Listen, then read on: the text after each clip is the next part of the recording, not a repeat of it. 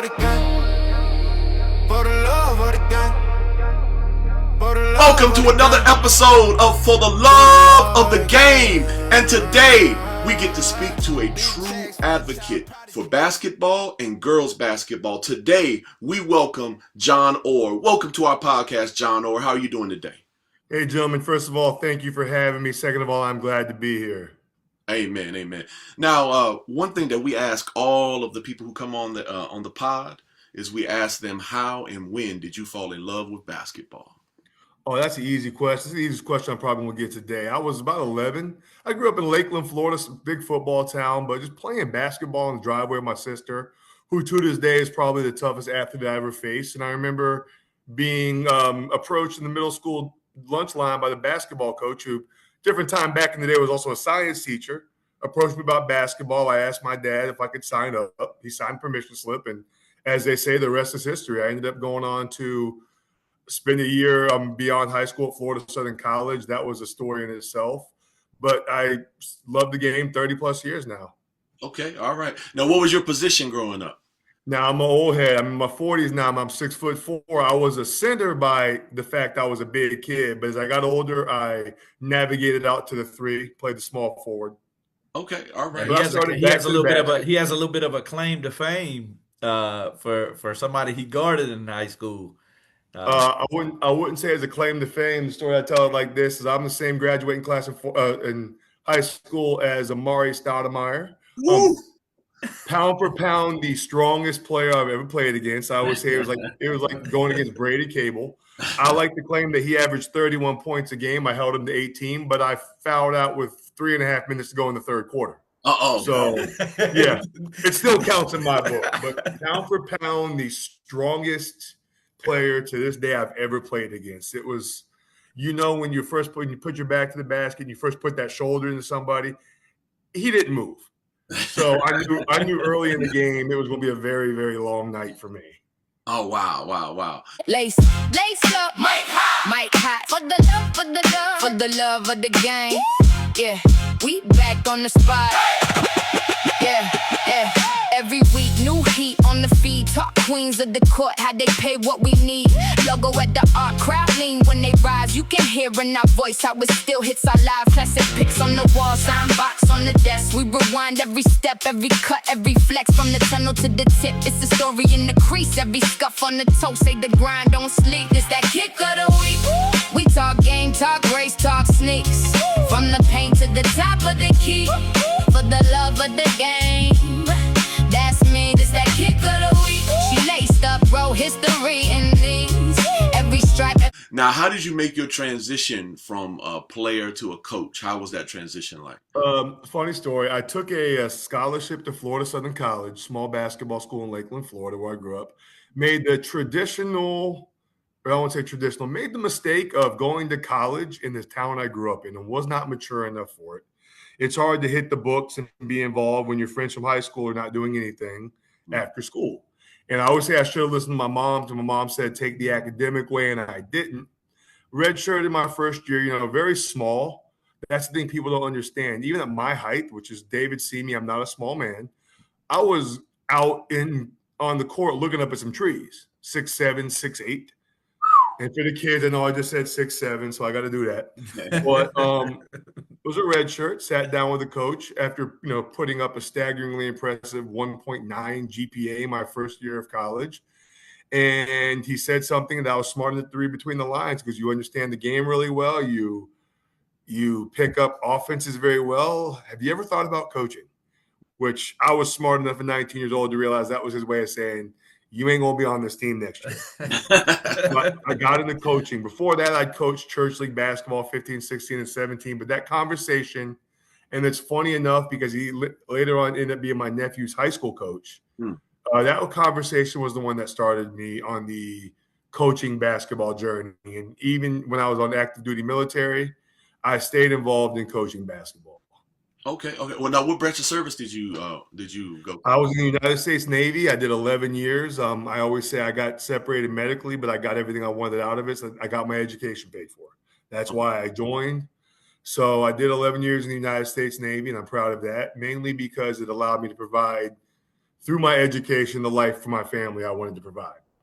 Oh, that's awesome. I did 4 years Army. You know, I'm probably the worst soldier ever to get an honorable discharge, a good conduct medal, an Army Commendation Medal, and an AAM. But, you know, I still, you know, I still struggle through it. You know what I'm saying? It still kicked my butt, you know. So, but I'm glad I did my, you know, the Yes. VA disability and also the VA housing, you know, being able to purchase That's what I did. And that made it all anybody who worth ever talks to me about joining, because I'm in the education field, I tell them take everything you can from them because they're going to take everything they can from you. it. That's Amen. the advice I give anyone joining the armed forces. Take whatever you can from them because they're going to take it.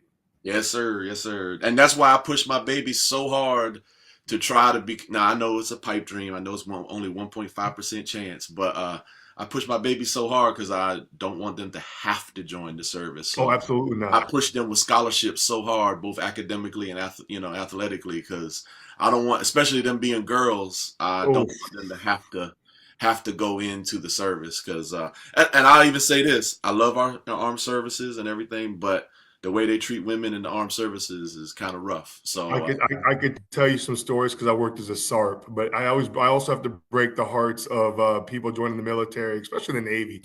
I'm like, it's nothing like the movie Top Gun. It's more like that movie Hot Shots. yes, It's closer to Hot Shots than Top Gun. So if you're joining thinking to be a Goose or Maverick, you're going to be disappointed. that's right. That's right. It's and for the civilian SARC is sexual Sexual assault assault response response coordinator. coordinator. So unfortunately, when events happened, and they did, I was at a school command, and I was the first person on the scene a lot of times to take the case.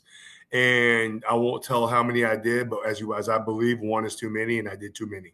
Yep. So I fully support. I've told my sons if they want to join, we will have a conversation. I will support them if they can convince me that they've done their research. My daughter will join over my dead body. So that's Hey, that's how I feel agreed. about that. Agreed. She will join over my dead body. She can move in with me before she talks about joining. Amen. Amen. Well, you did your cup of coffee in college athletics, and then you did your 11 years, and then when did you start coaching again? How did that go? I coached through our church. I'm really active in upward basketball. So I coached through my church when I was on active duty. And honestly, I enjoy that. I enjoy teaching the game. I'm more about developing ball players than I am. I could care less about wins or losses. I actually rub a lot of parents the wrong way in these opening meetings. I coached school ball before I joined, and I got back on it when I was teaching down in North Carolina. And now I'm up here in Hampton Roads, Virginia, coaching on the team. But I've gotten smart. I agreed to come on, but I said I would not be the head coach. I'd be the assistant coach because I didn't want to deal with the parents. I didn't want to deal with the emails and the headaches. And there's nothing nicer than having some parent go, I need to talk to you, and be able to go, you see the tall guy in the back? That's who you got to talk to behind me. Go talk to him. I got to get these kids someplace. But I've done the head coaching role as high as varsity, and I've coached travel AAU ball as a favor. But I've come to find I'm less X's and O's and more fundamentals and technique is where I get my joy coaching. I can draw a play up if I need to, but I'd rather break down the nuances of where you need to be and how you need to be there. Okay. For That's the awesome. love of the game. For the love of the game. For the love of the game. For the love of the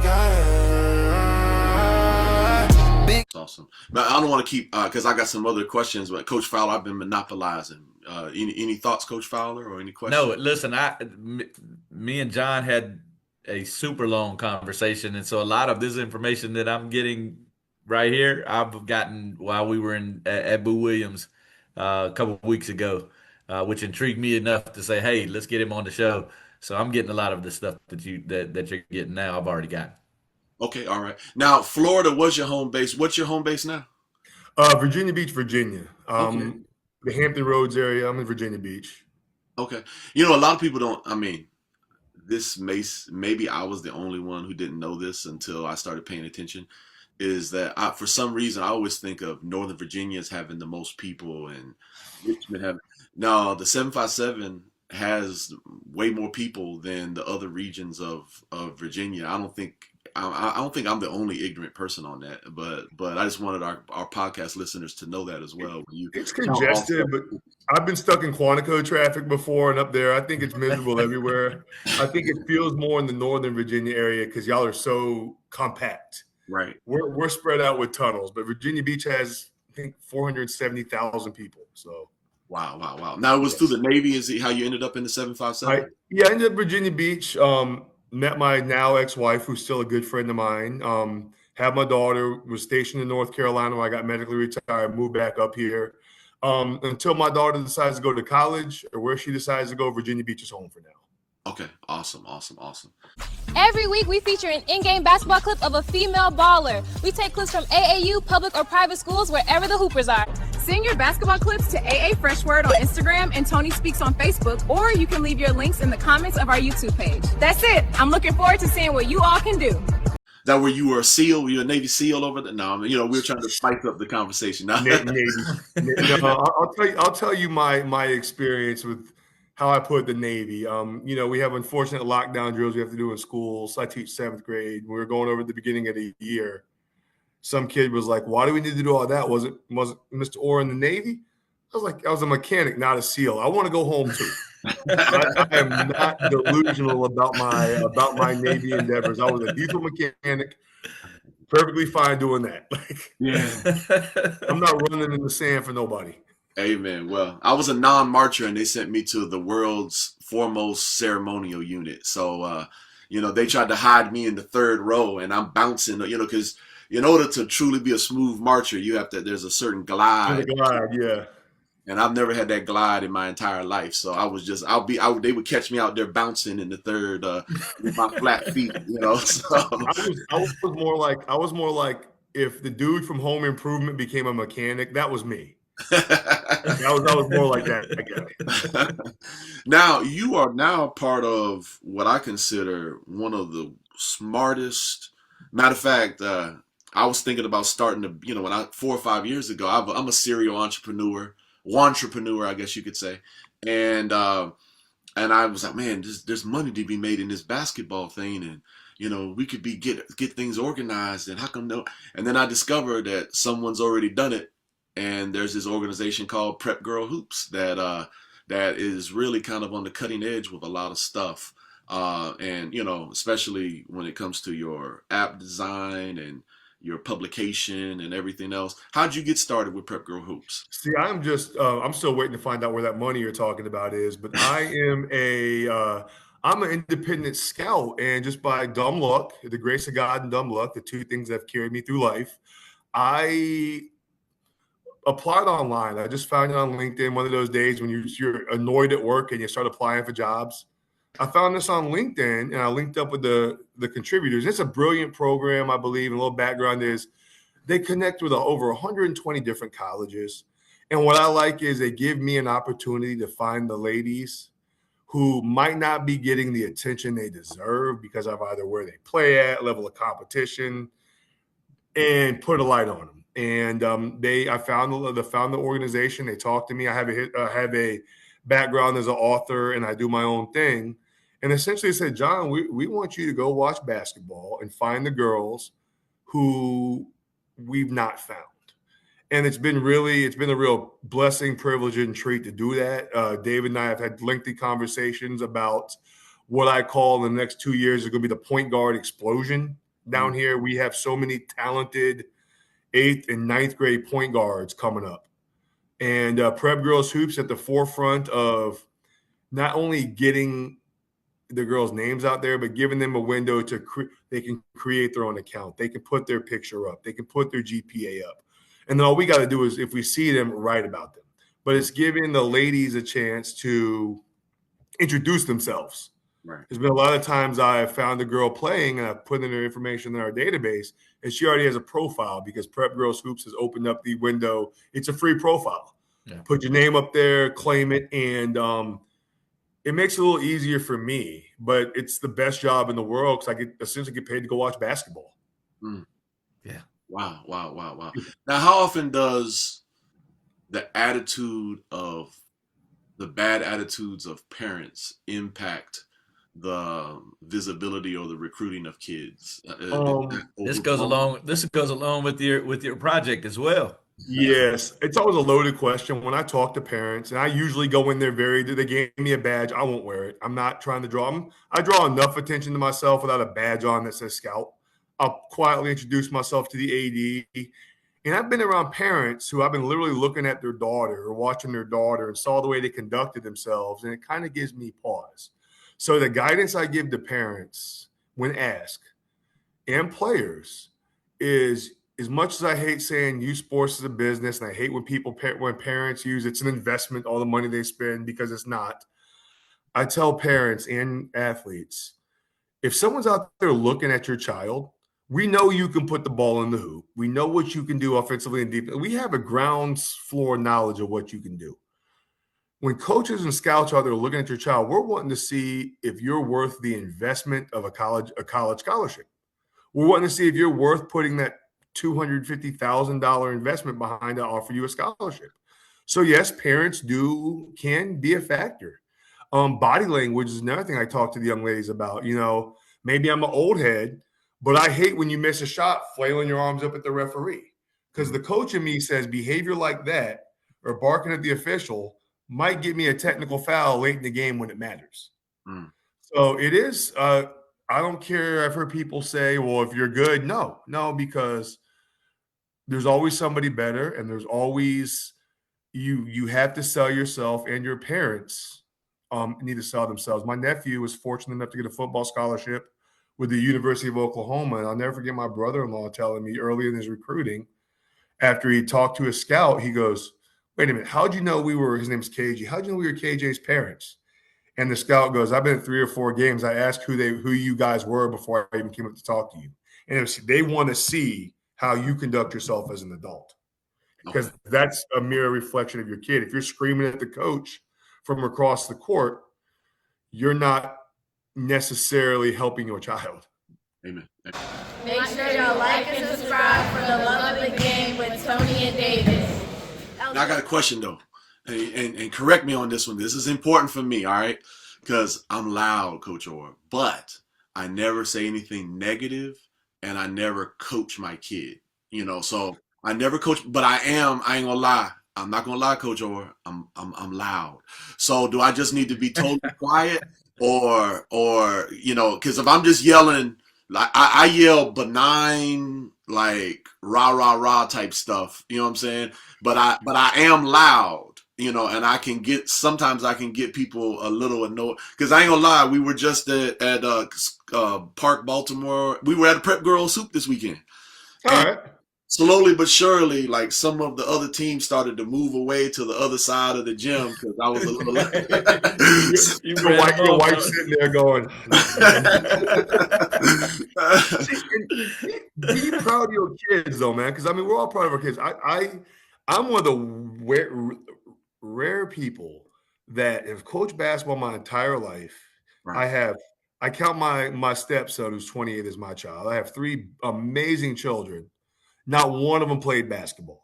They played rec ball for me, but not one of them played basketball. And I always say, be proud of your kids. My middle son is 6'6", and he chose wrestling. And I know enough about wrestling to be at those events and be like, all right, yes. Man, we get points for that. Like, that's be proud. My daughter has an amazing singing voice.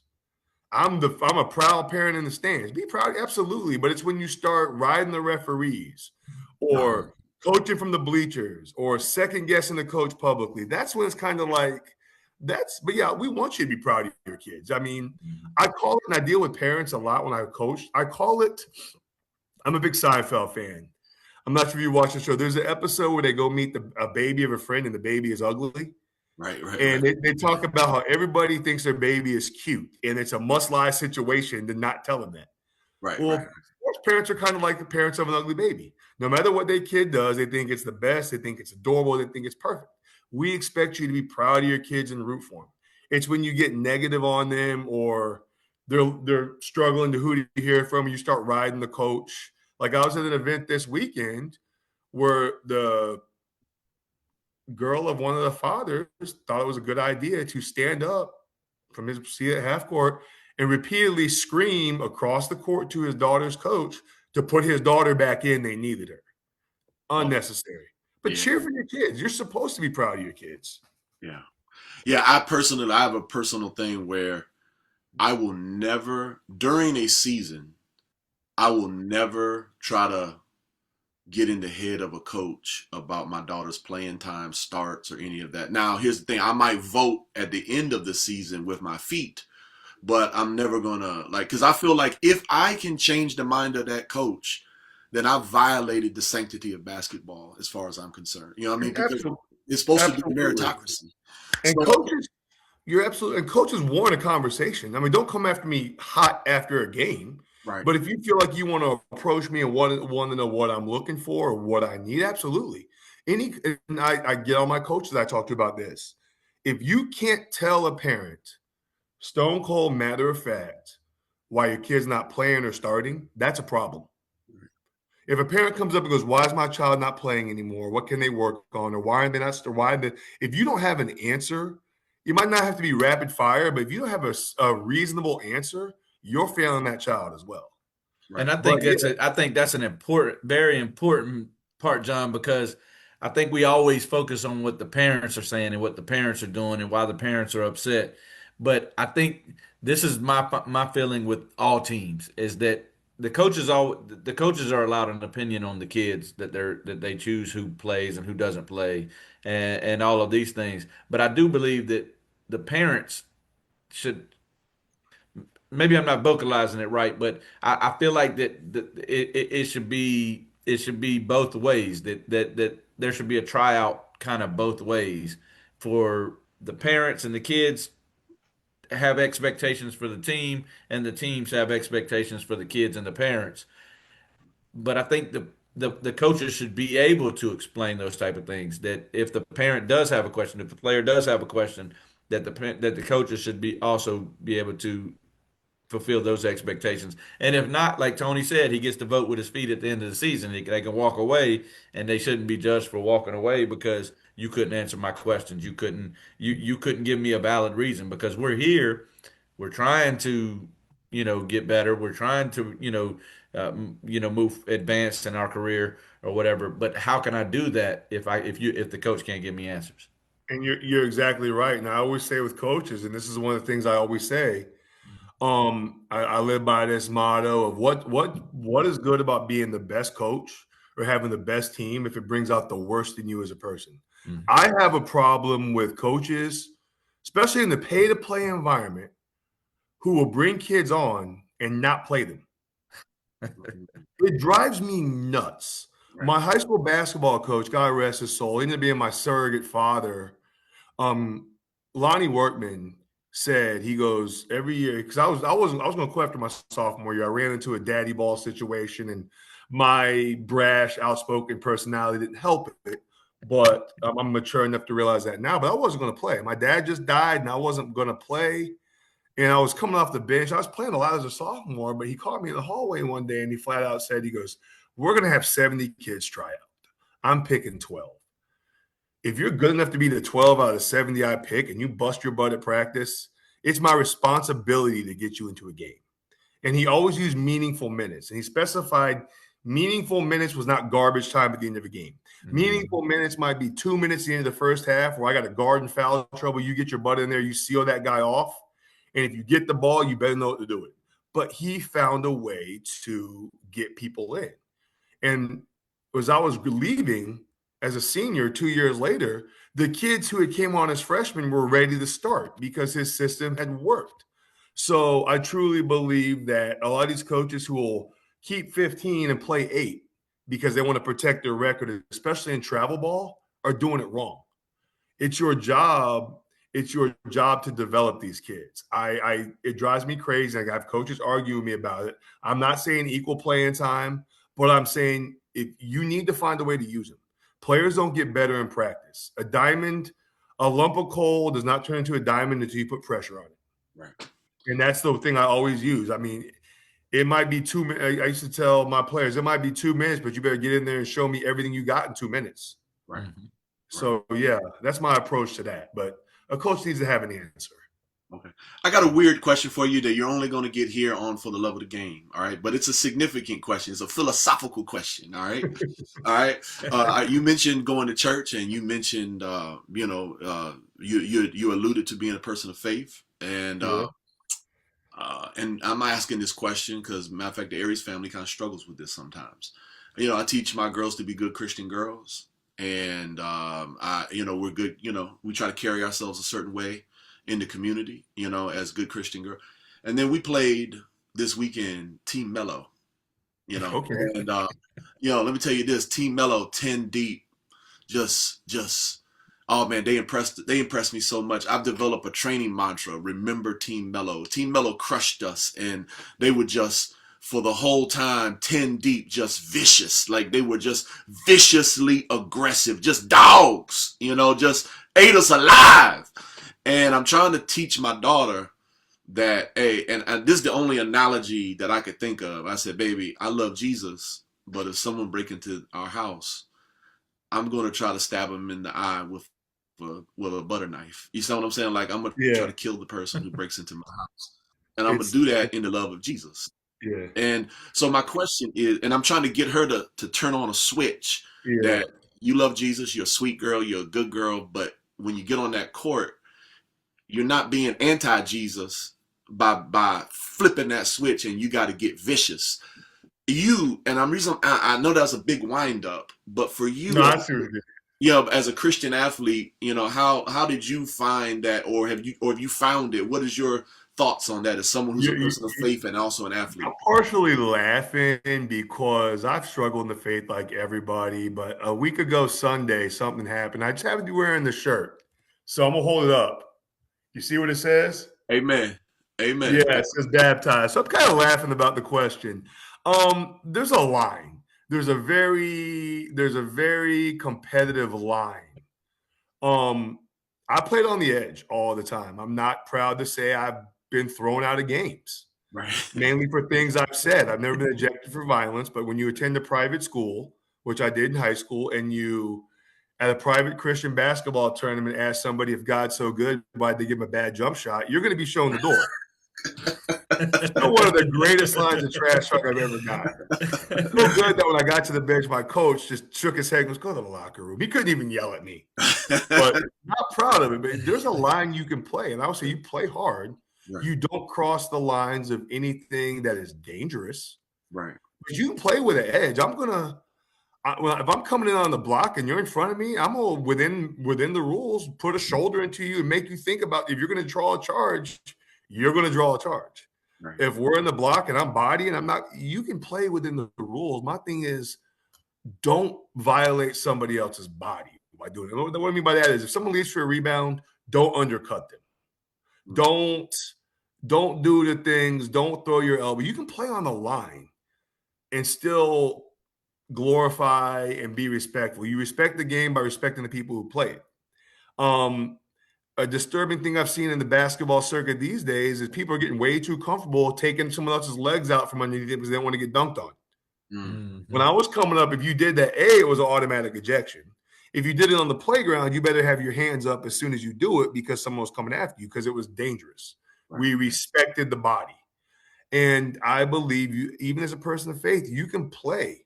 And you can play to the line, but you need to respect the game, make sure you're demonstrating your faith, and respect the person you're playing with. And I know I've seen kids today, the way they talk and the way they do people, that's very hard. Mm-hmm. David and I have talked about how much we don't really enjoy watching boys prep basketball now, right? Because it's more of a show. And it's more of I'm going to posture over you, but you respect the faith, you respect the person. That includes their body, and you respect the game. And you're able to do it. We're not asking your players to take liberties. We're not asking your players to be dirty, but play hard. Because if you want to get biblical, not giving your best is just as bad. There you go. Absolutely. There There you go, Tony. That's it right there. Write that down real quick so you don't forget it. What the young kids say? Clock it, clock it, clock it. Okay, there you go. Well, a funny moment at Fowler's tournament is this kid went and he had this beautiful layup, and he goes and he gets all loud and he's and then there was this little blonde kid from the other team. And then he ran out of bounds right next to him, and he said, "But look at the score. Look at the score."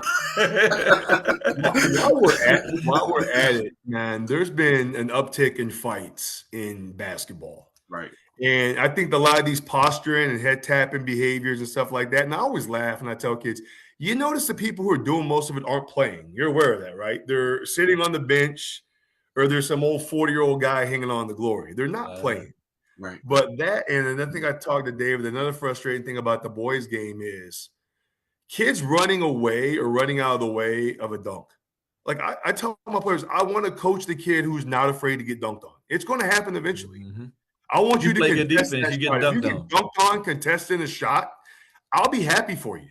Mm-hmm. But if you run off, you might as well just keep running to the end of the bench and check yourself out, because you're telling me your team, your ego is more important than your team. Amen. That's another thing that I've heard coaches yell, "Don't jump," and I'm going, you're telling your player not to compete.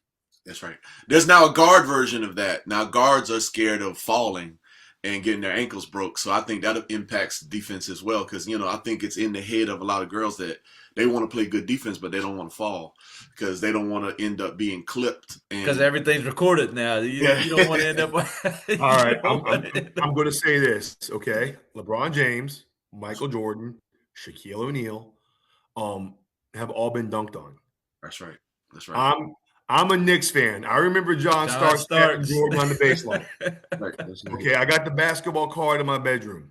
If Michael Jordan, who's arguably the greatest player in the game, Kobe Bryant, they've been dunked on. If they can get dunked on, I can get dunked on to contest a shot. Amen. Amen. Well, I'm sorry for what CJ McCollum is doing to you. I apologize to that. I don't take it. I don't take it personally. Like I don't. I'm one of those people. Like if they lose, okay. I mean, I'm not one of those people. Like I. There's bigger things. I mean, plus I've been a Knicks fan since I was 9. I sat through the 1-for-19 John Starks game. I can go through any. At that point, nothing. And the Patrick Ewing fadeaway and the Charles Smith. Yeah. Right. Listen, look, just those 3 incidents right there, man. That's why I'm bald, dude. I'm convinced. Hey, there's only 2 times that a team lose and hurt. It was when LeBron beat the Golden State Warriors, and then when the Pistons in 1990 beat my Chicago Bulls. Those 2 losses really hurt. I mean, I'm not sure about the LeBron one because the story was great. Kid comes back to his hometown, gets a title. Yeah. But I've always hated Isaiah Thomas. He's just a smug, smarmy. Fake too. Not a fan of him. Yeah. Not a fan of him.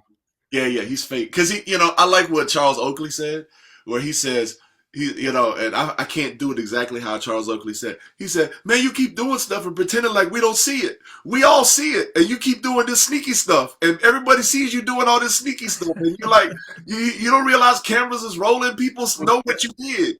That's way too enunciated to be Charles Oakley. I kind of like Isaiah Thomas because he reminded me of that little punk kid on the street who had the 4 older brothers. Right. And he was just a smarmy, antagonistic little schmuck. But he could get away with it because his brothers let him do it. Like, he reminds me of that kid that we all had growing up in the neighborhood. They had the older brothers, and he was this little twerp. Right. But you can't deny, as much as I hate it, he was a killer in the 80s and 90s. He was. He was a killer in the 80s and 90s, man. Amen. Now, and what are 3 do's and what are 3 don'ts as you've been recruiting kids? So me and Coach Fowler, we got another 2 years or so before our kids are like in the mix of age wise. What are 3 do's and what are 3 things that annoy you when you're trying to recruit kids, where you see some potential there and then you just see something that just really gets on your nerves? And then what are 3 things that really capture your attention? The first one is body language for annoying me. Referees and coaches. I've got this theory, one of many, that goes to the referees, and I talk about it.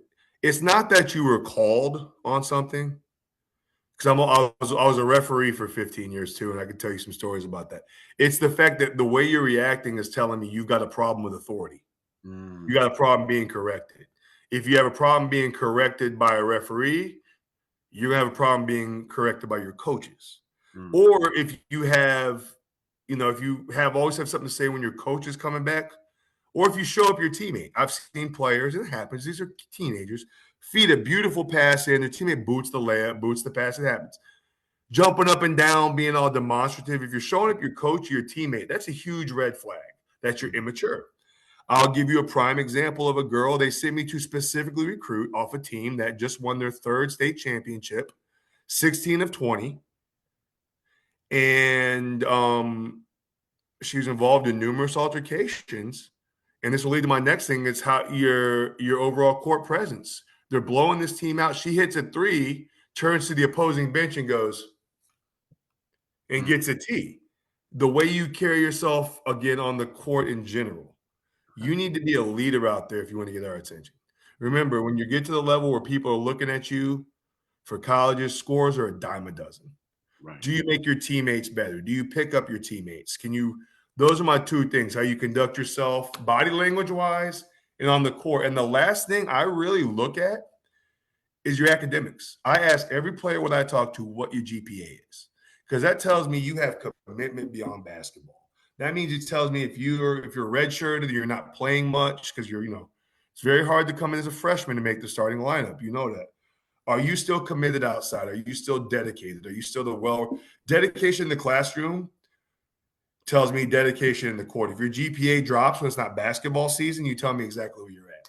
Those are my 3 do's: body language, response to authority, such as coaches and referees, and your grades. And I tell players on Prep Girls Hoops, there's a spot to put your GPA. Put it. Be proud of it. If it changes, change it. That's the teacher in me coming out.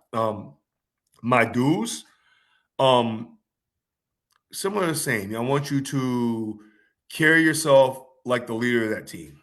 If you're the best player, you need to be the leader of that team. You need to be one they rally about. Carry yourself with a poise of confidence. Get back to body language. If you're getting beat, the biggest compliment I paid a girl was actually the same game I told you about the girl I crossed off my list. Had I walked in the gym and not been able to see the score, the way she was playing, I would have thought the game was close. Your body language with your teammates is a do. Be positive. Be the leader out there. The other do is do the little things. I'll say her name because you're going to hear it. Micah Ojo. She's a 7th-ranked junior in the country right now. She plays at Princess Anne. I watched her play a game, and this girl, who's literally going to write her ticket anywhere in the country, was matched up against a girl that respectfully outweighed her about 40 pounds. Ojo stepped up and took 3 charges down the stretch. She did the dirty work. She do the little things that get you, do the little things. And lastly is when you're on the bench, whether for a blowout or game's over, you're ahead, be active. Do the things you would want done for you on the bench. Cheer for your teammates. Be supportive. Be engaged. Don't be sitting at the end of the bench with a towel over your head, sulking, or be involved with other things. You notice all the things I mentioned, none of them were skill related. They were person related. They were the overall ball player. It goes back to what I said of, if we're looking at you, we know what you can do. We know you can score. We know you can rebound. We know you can play. I want to see what else you bring to that team when the shots aren't falling, right, when you're not getting many minutes. I want to see what you bring in that level, because that tells me as a scout and, again, back to a coach, the type of person I'm getting. That's good stuff. Good stuff. Well, Coach Orr, we're going to I know Fowler. We're going to play this segment for all 3 of our daughters. So if no one else watches it, Italy are going to be watching those 3 negatives and 3 positives, and they already don't do most of that stuff, but it's just going to be it's a good thing to remember, because you get around other kids and then you start, I will say this about kids. It's so easy where they even unintentionally start mimicking the other kids around them, and it's something to watch. And I agree wholeheartedly, because there's nothing worse than I've spoken to David about a certain player that we both know, than having a kid who's been told they're good their entire life and been told, the body language is acceptable and things like that. It's hard to break. And I heard a brilliant quote from somebody that disrespect slams many doors that can't be reopened. So I saw that. I forget who said that recently, but absolutely, most of the things I look for by that point are things that do not involve basketball. Okay. Before we get into the Sports Reclamation Project, I want to ask you one more question. Do you do what percentage would you do? Do you do your stuff online, and how much is it in person? Is it 90-10, or is it just 100% in person, or how much? Scouting? Scouting, yes. I go all in person. I've been given clips, and I have people send me highlights, and I'll respectfully look at them. But I always, I appreciate anything you want to send me, but highlights are cut. No one's going to show the highlight where you blew the layup. They're going to show, but so I look at it, and before I go look at a team, I pull up whatever footage I can see through Huddle or Max Preps to see what they're offering.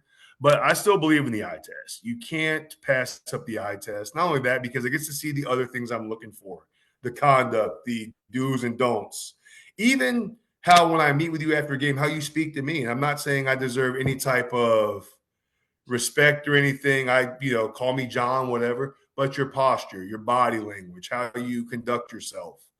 But I like the eye test. The eyes don't lie. You can see different things. I'm one of those people who I'll watch the game from different parts of the court. I'll move around, but I want to see you in person. I want to see how you react to your coaches. I want to see how you react to adversity. I will tell a story that sums up, and David will fortunately get to meet this young lady this weekend. Went out to watch an entirely different girl play a few months ago, and the girl on the opposing team, senior, great ball player, but no interest. And I'm watching her, and one thing summed up why I go in person. There was a play where she's driving the ball on offense. She gets knocked on her butt hard, flat on her back on the baseline. Should have been a foul. It was one of those calls where even me, who tends not to get on referees, is thinking, really? Instead of throwing her arms up and whatever, she gets her butt off the floor, hauls down to the other end of the court, and secures the rebound off the missed layup on the fast break. Wow. I wouldn't have saw that had I not been there. And that tells me that's the type of person that needs more looks, is because those are the things that don't show up on a highlight reel. You miss them on Max Preps or Hoodle. You miss them on NFHS. You get to see the real person. Another thing from that young lady I got to see was the girl she was playing against is going to play Division I. She's averaging 10 steals a game in the region. Jeez. And they have they had a freshman point guard who was obviously overwhelmed by this. This young lady walked over, took over the ball, took over the offense, and ran that offense till the girl calmed down. I wouldn't have been able to see that had I not been there. So I'm really big on in person, get an eye test, get a look, talk to people around them, and see what you know. Amen. Amen. Now, you've gotten involved in something that just the sound of it sounds intriguing to me. Can you tell us about the Sports Reclamation Project, and how did it start, and what is it about? Funny story. It started, I have a master's degree in sports development or athletic development and a master's degree in sports science and biomechanics. And it started, I love telling the story because it's so ridiculous. I refereed YMCA basketball for years. I'm currently waiting on a knee surgery, so I didn't do it this year. But I'm talking $15 an hour on a Saturday, just something to do for extra money. And I'll never forget, in January of 2024, I'm on my 7th or 8th game of the day. It's a 9U game. I'm exhausted. And I step into the men's room at halftime to use the urinal. And as I'm using the urinal, a grown man, stands behind me and starts yelling at me for missing a travel while I'm peeing, yelling at the urinal. And I think I turned around and looked at him and went, "None of this is weird to you, sir? Like, what is going on here?" But that moment stuck with me, right? Like, what did he want me to do at that point? But that moment stuck with me, and then I started observing that too many kids were leaving this meaningless YMCA game in tears. Wow. We were throwing parents out left and right. I kept track that entire season. We refereed 88 games and issued 191 technicals and removed 17 parents. Wow.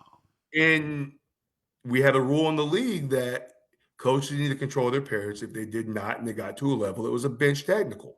I think over 100 of those technicals were issued to parents. And I just started realizing how parents, it was turning into a job for kids. Wow. And I coined the phrase, youth sports has an adult problem. Mm. And it just built from there. And now my goal is to try and lower attrition rates and bring the joy back to what used to be something fun we all love to do. Okay. Now, how do you plan on doing that? What are some actionable items, or what are some practical applications that people can take away from? Well, if you go to my website, www.sportsreclamationproject.com, I'm big in transformational coaching. I have templates up there for how to run a transformational practice. I wrote a book called Hijacked, which is pretty much talking about how greed and the adult agenda has ruined youth sports. And I try not to sound negative when I say this, but what I always say is, because I've been accused of having a problem with sports parents. I don't. I love sports parents. Without parents, there would not be youth sports. They're the taxis, the financiers. But my issue is with the fact that too many of them are in it for the wrong reason. So I've written a book. I'm currently developing a course to give or sell off to coaches. I prefer to give it in person, called The Proper Sports Parent. I'm really big on culture, how you build a team culture, how you deal with things. I provide templates for opening meetings. I'm a huge advocate of a coach having an opening parent meeting, laying out what's expected of the parents, what's expected of the kids. I even have a cut letter, because if anybody's ever done cuts, it's the worst thing a coach can do. I've created a cut letter. It's a template where again, it goes back to that a coach needs to know why a player didn't make the team. It goes back when you start getting those emails about why your kid didn't make it, you can lay it out. And I end it with, here are some other leagues you can contact to get your kids playing. My goal is to take the pressure off kids and give the game back to them. Too many parents are seeing it as an investment for college. Too many parents are seeing it as a get-rich-quick scheme. And I, quite frankly, got tired of seeing kids crying or overwhelmed or frustrated or not even wanting to be out there, but their parents wanting to be out there. So I said, we got to reclaim the game for the kids. We've got to give it back to them. 70% are quitting at 13 years old. You know good and well, 13's that fork in the road where you choose to make the right decisions, you choose to be a knucklehead. Why are we taking something like sports away from them? Why are we ruining that experience for them? So all right, now, Mr. Orr, I never ask any tough questions. So like, I'm going to ask a tough question, so don't take it out on Coach Fowler if I ask a tough question. All right. Cause he don't even know that these tough questions. I'm doing a scouting report. What was your daughter's first name again, Sal? I'm sorry. I got a tough question for you though. I got no left hand. But, here's my tough question. I just watched the Michael Jackson movie. All right. Yes. And in the Michael Jackson movie, they paint Joe Jackson as this awful guy. Like, he used to beat Michael and all this other stuff, and he was money hungry and he wanted to da-da-da-da-da. But as we all got in the car, and my baby Nadia said, "Daddy, thank you for not," she's like 10. She says, "Thank you for not being as bad as Joe Jackson." You know what I'm saying? That's the whole reason you watched the movie, right? Yeah. So we get in the van. They watch King Richard when they get home. Yeah. And we get in the van, and I kind of flip it on them. And I say, "Listen, if it wasn't for Joe Jackson, you wouldn't know the name Michael Jackson. And if it wasn't for Joe Jackson being hard on his kids, Michael Jackson could have ended up in some factory in Indiana where he just spends the rest of his life working as a day laborer until age 70. So, like, at the same time, I just want to push back as well. I'm paying around $200, $300 a month for training. I just went up to Baltimore where we paid Prep Girl Hoops $50 a weekend. You know what I'm saying? And then on top of that, we're paying for travel, hotel, all of those other things. It is a big investment. And, if you don't push kids at all, and I'll just be honest with you, we played Team Mello And you could tell that those parents on the side, I was listening to the parents on Team Mello, they've got those kids locked in. You know, they were up by 20 points and they had those kids doing push-ups during the timeout. You know what I'm saying? Because they missed and they blew an assignment. So what I'm trying to say is, and I'm just providing some loving pushback, is this is like a huge financial, for those of us who aren't rich. And I don't want my kid to have to go to the Army or the Navy or whatever. And I want them to be able to get a college scholarship. And it's this huge financial investment. Then, and and to be honest with you, I wish my parents had pushed me a little harder when I was a kid. What are your thoughts when I'm giving you the other perspective Oh, of, absolutely. I understand. and I just wanted to get your perspective because this is a huge financial investment for me and my family. Trust me, it blows my mind what parents pay, and God bless you for doing it. I'm not saying not to push your kids, but every parent, we know there's a line. Right. Like, I've heard parents of, athletes, and I've listened to podcasts where they say, I'll take my kid to the gym in the morning, but they got to wake me up. Your kid at one point, I always say you are the passenger in this journey. Yeah. You're the passenger of the wallet. You're not the driver. Now, I grew up in an era when AAU was just starting up, and my dad was a minor league baseball player. I'm very aware and fortunate that I came in. I didn't play organized basketball till 11. I was about 6 foot tall. I understand now I wouldn't have had a shot of playing anything because I was late. My dad was a minor league baseball player. He pushed me in baseball. But what I'm saying is there comes a level where if the kid doesn't want it as bad as you, I always say you need to reevaluate. There's a league for everyone somewhere to play. Okay. It might not be the EYBL or wherever you're putting it. I just say the EYBL because I just got an email about them. It might not be that. There's a league for everybody, but it comes to a point where I believe as a parent, you're still the parent. You might be the passenger in the journey, but you're still the parent. If you see that your money is not being used well, because we all work hard for our money, and I always laugh nowadays about, I could have imagined approaching my father on a Friday and go, Dad, we got to drive to Miami for a basketball tournament. He'd have looked at me like I had 3 heads. Miami's 5 hours away. He just worked 60 hours that week. He's not taking me to Miami. But there comes a time as a parent where you need to sit down and talk to your kids. Is that what they really want? Because it bothers me, as much as I'm hard on parents for spending the money they do, it bothers me to hear so many parents are going into the red financially for a dream that might not be their kids. Mm-hmm. There's leagues everywhere. I see the money getting kicked around and I hear it, but at some point, if it's not the kids, you got to let it go. If it's not theirs, I get it 100%, and trust me, I'm fortunate, again, by the grace of God and dumb luck, neither one of my kids really got into basketball. But at the same time, I think I knew how hard it was just to get to college and wash out. I'd like to think I'd be a little bit more patient with them. But I believe as a parent, there comes a time to where, hey, you need to have a hard conversation. Listen, we're putting in some of the amounts of money I've heard are astronomical. I talked to one parent who said her and her husband spent $19,000 on her son's baseball.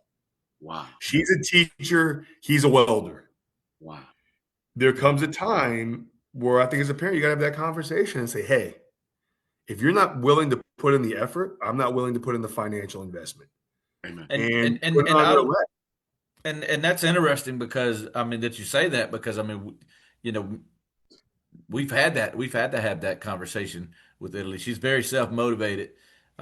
We've never really had to push her to work hard, at her game or whatnot. But we have explained, like, listen, I want you to understand that I've always wanted one of my children to be a great basketball player. I have two older boys. Neither one of them panned out as far as basketball goes. One is shorter than Italy, so that was never going to work out. He's the one that and, wanted the most too, and that's how it always works. and you know what his name is? Jordan Carmelo, and he's shorter than Italy. And he probably could have been decent at football, but definitely never was going to be a basketball player. I tried to You name should have him went what with I like wanted you him to should have went be. like Muggsy Spud or something. That's what his name should have been, right? But anyway, we've had that conversation, and I've always wanted one. But I told her, I said, listen, if this is not what you want, let me know. If you just want to play basketball with your friends, then we can make that work for a lot less money than what we're getting ready to invest into what you're saying you want to do. Now, if you really want to do this, just like any business venture, if I'm starting a business and I want somebody to invest in my business and they look over and see that I'm not really putting in any work to grow it, they're going to stop investing. And I said, and that's the same thing. I said, that's going to be the rest of your life. People will stop investing if they don't see you putting in the work. And I said, and at this point, if we're going to put in this amount of money, I'm all in. I'll find that money somewhere, but I have to see that you're also, putting in the effort and doing your part. So I Well, think I think that's something parents need to do is have that conversation. And they need to explain like this is a lot for us. I Is always go back. I always go back to the conversation I had with my mother when I washed out of college basketball. She sat me down, and for 19 years, I've been John. She goes, Jonathan, you had an opportunity for your education to be paid for through a Bright Future scholarship in Florida. She goes, I can't pay for this school.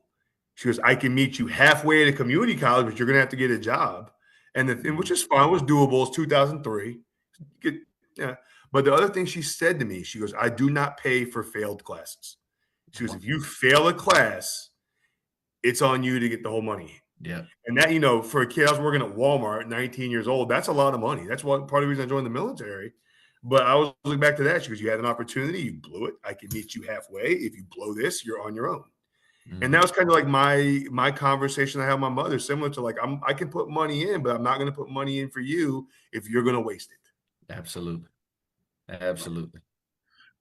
Well, so far the Aries family passes the Jon Orr test because even after that Team Mello beatdown, we were sitting in the hotel licking our wounds, and I said, "Do you still want to? This is the new standard of excellence.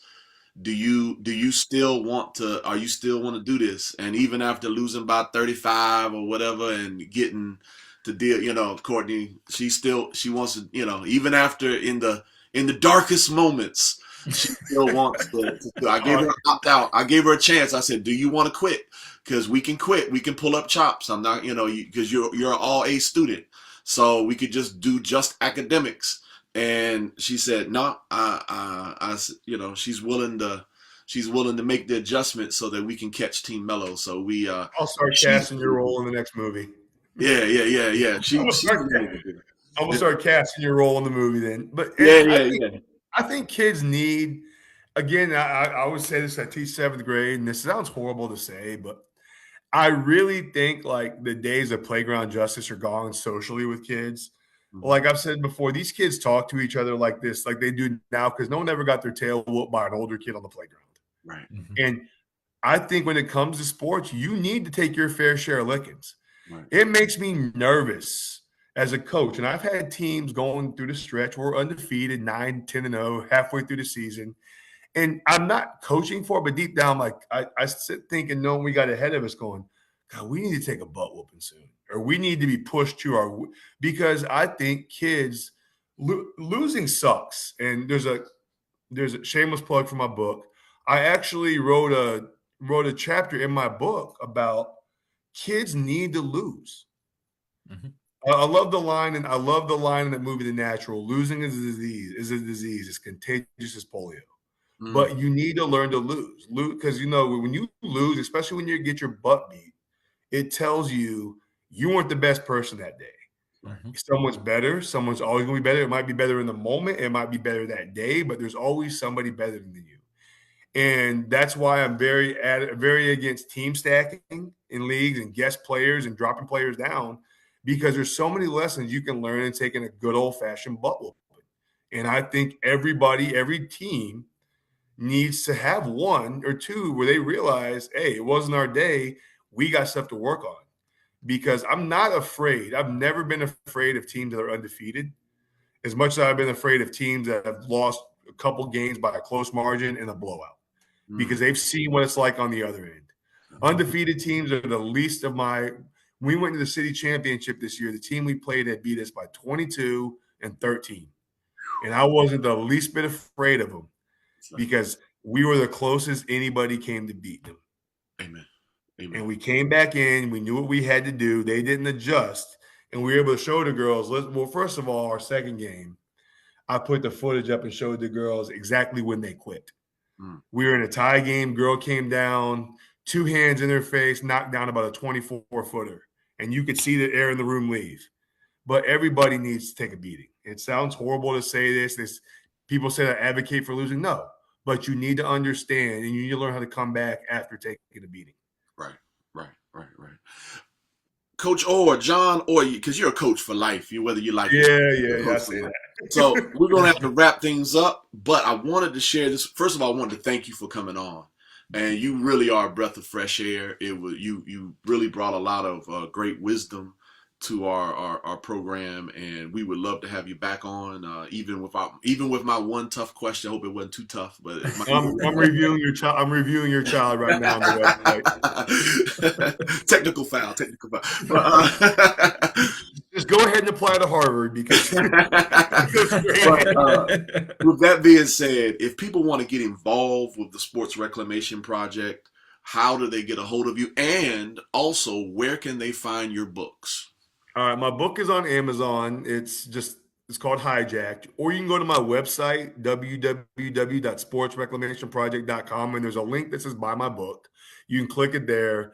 I'm on Instagram at Jon_PG Hoops 757. So just Jon_PG as in Prep Girls Hoops 757. That's the same on X or Twitter or whatever we're calling it today. And then on Facebook, you can find me at the Sports Reclamation Project. I share a lot of more just input and input and images about different things. I'm really pro respect the referee, pro it's a kids thing. That's my main thing is I firmly believe there's a league for everybody. You just got to find it. Amen. Well, thank you again. Coach Fowler, closing thoughts? Well, I would just say this, man, is there's no way I'd be able to cover everything that me and Jon talked about that day, man, because, my wife finally just walked off. She gave up.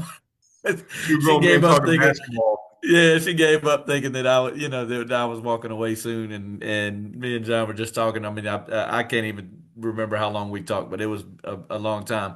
But one of the most impressive things, and this is just the scout side of things that really impressed me was, a lot of scouts are real cookie cutter, and I hate scouts for that because I just feel like they always attach themselves to the same kids and the same write-ups. Everything is always the same, and they don't really know the kids. They don't really know much about them, but it was very impressive to me. One that you spoke about even at the beginning of this show was finding the kids that nobody knows about, trying to hit the places that nobody knows. But another thing is, I don't know how many kids, Tony, with no paper in front of them, with nothing, a kid will walk by. He'd run off their name, their height, their position, who they played for, their mom, their dad. The information was just information overload, and I was like, wow, because to me that's what a scout is, and it was and that impressed me. And it's funny because Rasheen always reaches out and say, hey man, touch base with Jon Orr again, make sure he's still coming to your combine, just touch base with him. Have you spoke to him lately? And I'm like, we probably talk, every other day, every couple of days. We've talked a lot. So Rasheen has kind of stayed on me about that. But I've just been very intrigued by Jon, man. And so, getting him on the show was important, because I think that, he had something to say. And it was very impressive to me that he knew the kids like he knew them. Not just, what everybody else says about him, but he knew, those details. And that's, you never know who's watching. You never know who's listening. But those type of things, Jon, stuck to me. Amen. I appreciate that. I try to do that because even at college, I believe if you want to play and you have the talent, there's a place for you. It might not be where you want to go, but it opens the doors for. And we could talk about the transfer portal and how that's going to change things. But I truly believe if you want to play, there's a place for you. Absolutely. Amen. Well, I thank you, Coach Orr, just from this standpoint. I thank you because as I go to that Michael Jackson movie and I see half the kids recording the movie and commit the felony, we got to really reclaim this village.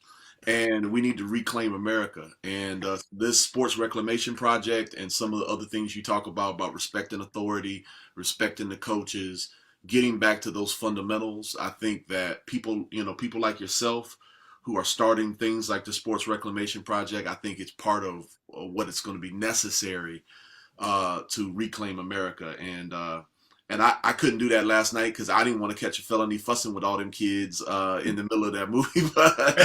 but with get an email from David. We have to do the podcast later. Tony's busy right now. Yeah, right. Hey, I'm at to cancel today, John. Sorry, man. Tony's got something else going.